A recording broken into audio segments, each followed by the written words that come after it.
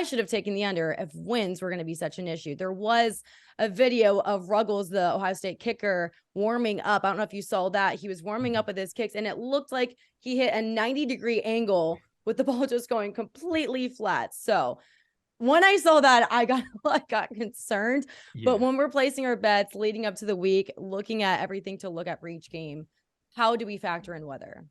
So I think the first thing you want to look for is, are we going to see high winds? And you can look on rotogrinders.com. I do college football forecast there. If you look, let's say 4 or 5 days out and it says 50% chance for rain, I don't care. Like, I don't care if there's a chance for rain. The one thing that you should be really focused in on if you're placing those bets is just strictly wind speed.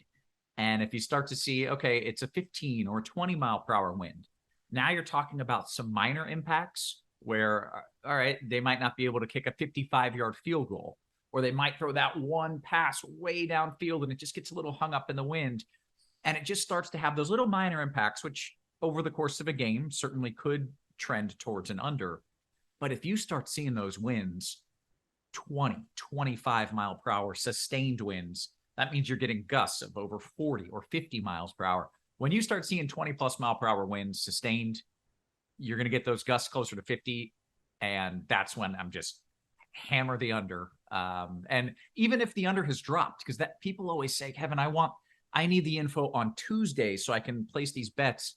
If you've got 60 mile per hour wind gusts, I don't care how much the total has dropped. It's still a good bet. You just can't put points on the board in those kind of conditions. So in short, to answer your question, it's the winds, the winds, and the winds.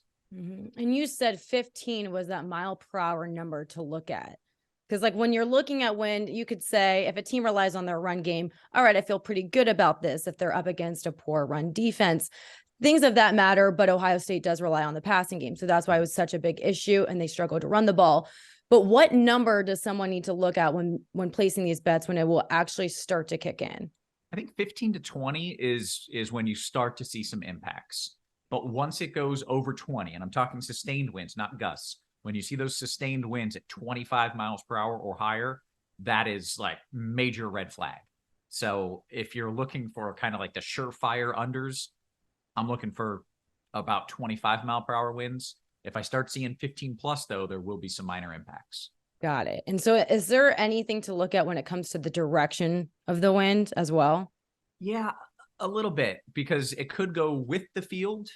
And if that's the case, then one team always is, has the wind at their back and they're still able to throw, or it can go across the field. And in that case, neither team, if it's blowing across the field, neither team can really successfully move the ball. So in general, a crosswind would be worse than a wind that is parallel to the field.